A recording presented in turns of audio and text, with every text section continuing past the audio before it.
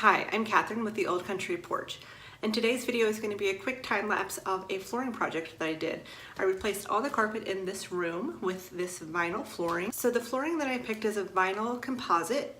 It's really thick, it's really hard, it's really heavy.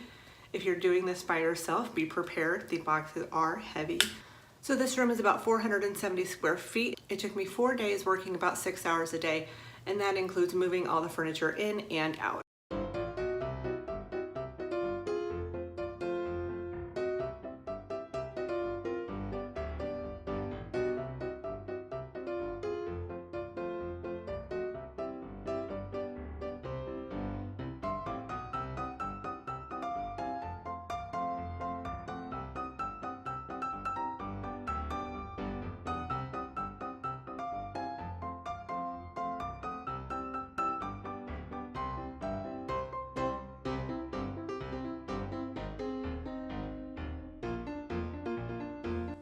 This flooring was easy to work with and it turned out just beautiful. We absolutely love it. I'll leave the links below to where you can find this floor and everything else that I used. Don't forget to hit the subscribe button and thank you so much for watching.